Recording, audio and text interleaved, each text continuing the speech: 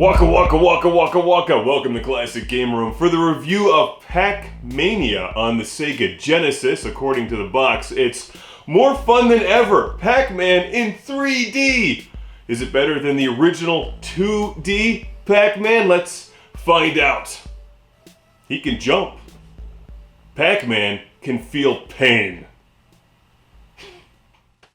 From Tengen. Look at the menus. It's like they spent 5 minutes on that. It's Pac-Mania for the Sega Genesis, which was originally released to the arcades by Namco in 1987.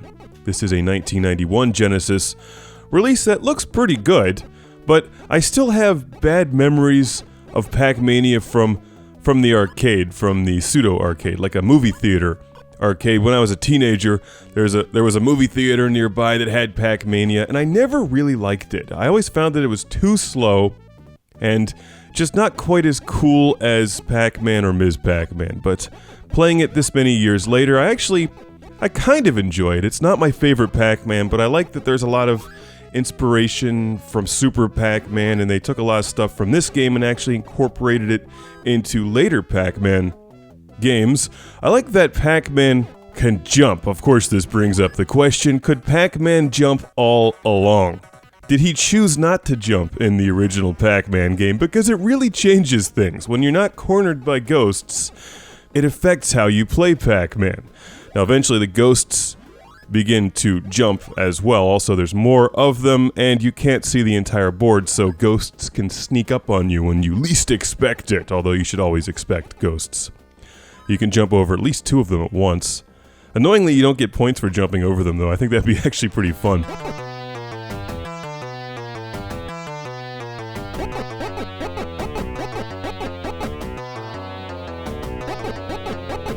In addition to jumping, the biggest difference between this game and original Pac-Man or Super Pac-Man or even Ms. Pac-Man is the viewpoint, which, as you can see, is more of a 3D-ish Pac-Man. One of many attempts from Namco back in the day to modernize the Pac-Man games. These days, I think we love Pac-Man because it's retro cool and it's just classic Pac-Man. I mean, I just love old school 2D Pac-Man.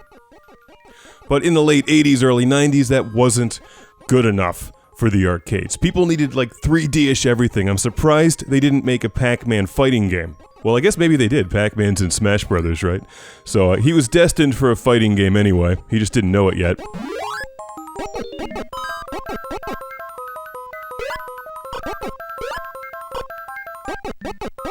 Pac-Mania is somewhere in between Super Pac-Man and Pac-Man Championship Edition. They borrow things. This game borrows things from Super Pac-Man, like coffee and the speed-up pill.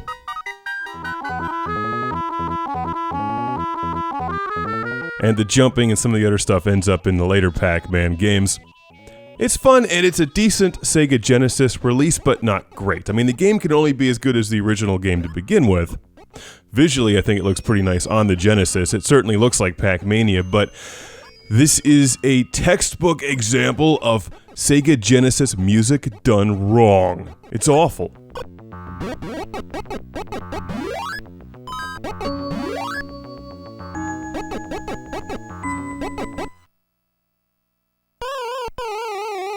But I also don't really remember what the original game sounded like either, so music doesn't add much to Pac-Man unless it's the original Pac-Man music, which I'm quite fond of. What you really want to listen to while playing Pac-Man is the sound of the arcades. Like, you want Dig Dug and Duran Duran in the background.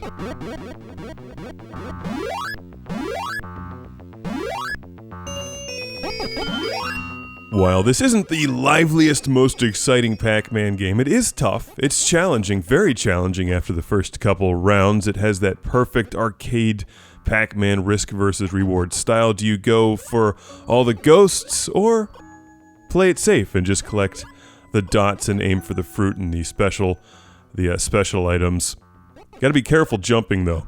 These ghosts are sometimes... they're sneaky, these ghosts, the undead. You gotta watch out for them. And a big thank you to my friend Mark from East Meadow, New York, once again for sending this to the show. Thank you, Mark. Thank you for sending the Pac-Mania If you love Pac-Man and you love Genesis, maybe give it a try. Classic Game Room has been brought to you by the ultra-massive Video Game Console Guide, 230 pages of video games on Amazon.com, Retro Megatreks, and how to make a video game review show that doesn't suck. And Jesus number 2. Welcome to the Patreon Lord Carnage Club being shouted from a turbo volcano. Michael and Ariana Nelson, Ian Shore, Steven Chucknick, Al Stever, Rick DeBarros, Jason Goy, Andy Schleiss, Sergio Matthias Hergert, Philip Strabenmuller, Jack Stavris, Ohad Kane, Simon Allen, and Sean Zoltek.